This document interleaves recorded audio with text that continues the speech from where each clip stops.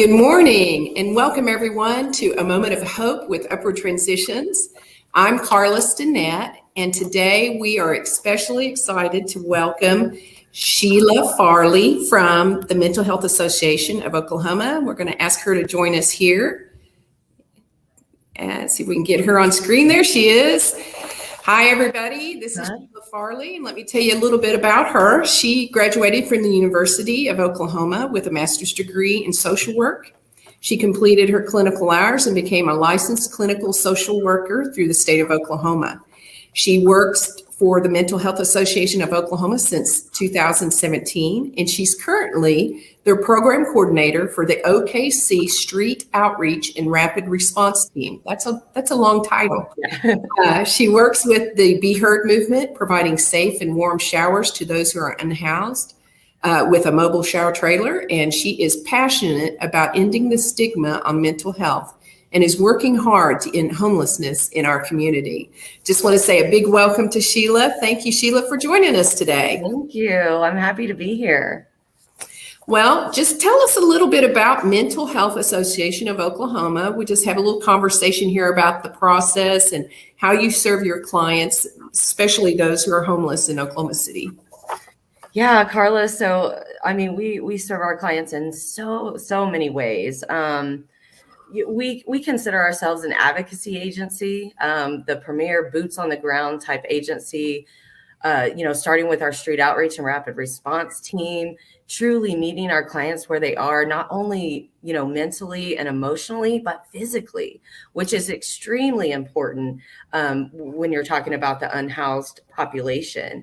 Then also, our community health and wellness program, where we have a nurse on staff that goes out with our outreach team, provides wound care, connection to primary care physicians, in lieu of using the ER for medical care, which is extremely important, to our Better Way program, which we will talk about soon, brand new to us, to our peer-run drop-in center, which is just a great place for people just to come together and connect with each other, work with a recovery support specialist, access different resources, things like that, to our housing programs. We have a housing program for transitional age youth, for adults, even for families. I mean, it's almost easier to talk about what we don't do, so much that we do at the agency. Yeah, I know that you do provide these wraparound services for those who are experiencing homelessness or mental health needs in our community. So you brought up the Better Way program. So tell us a little bit about Oklahoma City's A Better Way program, which is in collaboration with your agency. It is. So that collaboration is with the City of Oklahoma City, United Way of Central Oklahoma, Inasmuch Foundation, and the Regional Food Bank. And this program is an employment program to address panhandling in Oklahoma City. So those who maybe are experiencing poverty can jump on our van, go out, do a day's work, beautifying our city, which, it benefits everyone in our community, not only someone, experiencing poverty, but just our community in general. And, they receive a day's worth of wages. They also get to connect with services that they may need. And that wage that they receive every day is $65, and that's cash. So they don't have to take a gift card or try to cash a check or something like that. But it's really great for our community. And anyone that wants to participate in that, I would have them call our main number, which is 405-943-3700. And even if you're an employer and you're looking for employees, give us a call. Let us connect you with some really great people in our community that are looking for sustainable work. And that's exciting, the fact that it is a day's wage, so they get paid every day. And also it's that win-win, creating that win-win with our community, because you're beautifying. I mean, they're helping clean things up. And I think that's been kind of, one of the concerns with homelessness and the camps that are created when these groups gather, is that it does create a lot of trash and things that needs to be picked up. So it's giving them some worth and accountability. And I think it's a wonderful program. We're excited that they have started it here in Oklahoma City. So in looking over the past year, on the COVID-19 and pandemic and the way it impacted your agency, how did that impact the way you served your clients? Oh gosh, in so many ways. Honestly, what I found was we just have a wonderful staff that work with us, and they're so creative. So when you think about someone with mental health issues, we're always saying to them, don't isolate, reach out, meet with people, this and that. Well, COVID came along and said, hold on, we're going to need you to isolate. So, our staff is just so great in the creative ways that they found to still connect with our clients, keep them, interacting with each other virtually. One of the things that stands out to me is we have a program called Creating Connections, and it's just that we're creating connections with people so they can get together. And some of the staff members, what they did was they would take walks with their clients. So the staff member would be walking in their neighborhood, the client would walk in their neighborhood, and they would be on the phone together. I was like, how cool is that? Also cooking, they would cook together on the phone. And so it's just little things like that our staff just really came together to keep our clients connected through this time. That is innovative. It is creative ways to connect to somebody. So what are the biggest needs that you're seeing in your clients that you serve right now? What's happening on the front? Well, Carla, usually when I get asked this question, of course, I'm going to say the things we all know. We need more affordable housing. That's a big need. Better access to mental health care, physical health care even. But when I step back and really look at the needs of my clients, either unhoused or recently housed, what they really need is love, compassion, restored hope, just trust in us and as a society again. And that's something all of us can give. Something I try to remind people is, when you're driving to work or driving home from work and you see someone panhandling or maybe someone sitting on the side of the road, don't look away, smile, say hi. It means a lot to people. That might be the only wave they get that day or the only smile they get that day. Those are the biggest needs. And we all as a community can give those to our unhoused neighbors. And those are the needs we have in common, do we not? We Absolutely. all need that love and those smiles. And, if we can share that with one another, it's showing that it acknowledges we're all in this together. Exactly. Right? We're walking this journey together. But in looking at your clients, we focus on preventing, ending generational poverty, upward transitions. That's, our vision is ending generational poverty. How much is poverty a contributor to the mental health issues of the clients you serve? Does poverty come into play as a contributing factor? Absolutely. I definitely believe that it does. Many of our clients, who are living with mental illness are also living on Social Security. And we know that's not much. Even if you're able to get an apartment on Social Security, that's all you're going to be able to pay for. So where do you get food?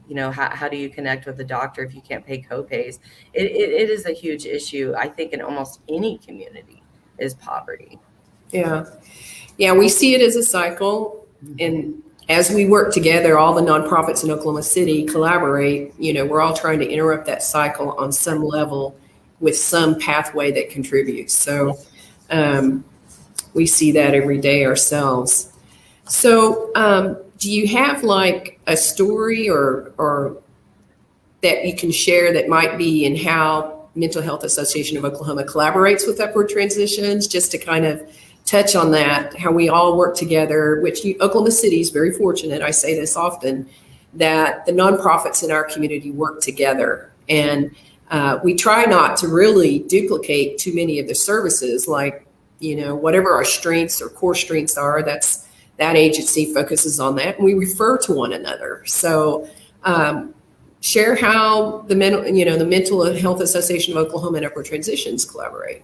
Yeah, we absolutely love Upward Transitions. We, especially our outreach team, collaborate with you all a lot because The unhoused population has a lot of barriers. When you think about identification, just all of the things that you need to either get into housing or try to get out of poverty, when it comes to identification, that's one of our biggest barriers. And so we lean on Upward Transitions a lot to help with that identification, filling out those referrals, because as soon as we get that ID, doors just open up. And so we really appreciate you all and what you do and just being able to work together, for our clients. What are some of the other agencies that you collaborate with? Like, we have kind of a main list that we collaborate with most often. So what are some of the other agencies that you collaborate with besides Upward Transitions? Yeah, Homeless Alliance is one. They actually are so wonderful and let our street outreach team office out of their building. So we're over there a lot. Our CMHCs like North Care, we work really closely with them, Red Rock, Hope, helping our clients get connected with those mental health services. Of course, I believe in housing first, and it's just that getting someone into housing first, then we can work on those other things. But sometimes there's just so many barriers in the way. It's like with outreach, let's just try to do them all. Let's get them connected and still support them while we look for housing. So yeah, we just love all of our community partners here because we can't do it alone. So that's right. That's right. We can't. We need each other to help us provide those wraparound services for that homeless population and even those who are at risk of becoming homeless too. So do you have a client story in closing today? I always have a client story. Great. We'd love to hear client stories. I think I'm going to take it back to the beginning of when outreach started. So with outreach, a lot of it is building relationships with people.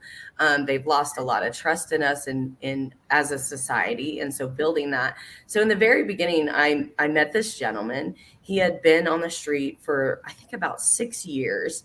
And, when I first met him, I pull up like, hey, I'm Sheila, and he's like, look, I've worked with you people before. It doesn't ever work out. You don't have anything to offer me. And I'm like, okay, I get that. But you haven't worked with me. So maybe you could give me a shot. And so he would call, and kind of check in and call me and let me know what he needed. And so I would make appointments and I would show up. And sometimes he would just call me with different issues. Like he's calling me from his phone, but his phone's broke. I'm like, okay, I'll come out there. We'll figure it out together. And after a few times of doing that, and I would show up and then all of a sudden the issue was resolved. I was like, you know what? He's trying to see if he can trust me. If what I say is true, if I'm going to follow through with what I say. And I want to say it was probably after maybe the third time of him doing that, he finally called. He goes, you know what? I'm ready. Whatever we got to do, let's do it. I said, okay. And I think it took about a month, and that was the help of the Homeless Alliance. We got him housed in about a month. And today he's been housed about 1.5 years. And I actually just got word yesterday that he has worked the program. He has got to sustainability and he's about to graduate. And that is awesome. Yeah. That is good news. And that is so rewarding for those of us who are working within this population to see those success stories where you touch base with your clients 1 year, 1.5 years later, and they're growing. They're actually, moving forward. And we love to hear that. And that makes us so excited and rewards our passion for the work that we do every day. It does. Well, absolutely. I appreciate you, Sheila, for being here today and to share with us, the mission of the Mental Health Association of Oklahoma. And we love collaborating with you too. And just want to thank you. And I just want to give a wave to everybody. Our time's up. So we want to say goodbye to everyone and thank you for joining us today. And for those who will watch this on replay, we appreciate you. And if you want to learn more about what we're doing, you can visit our website at www.upwardtransitions.org. And what's your website, Sheila? It's mhaok.org.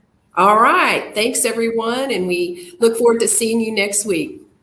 Goodbye now.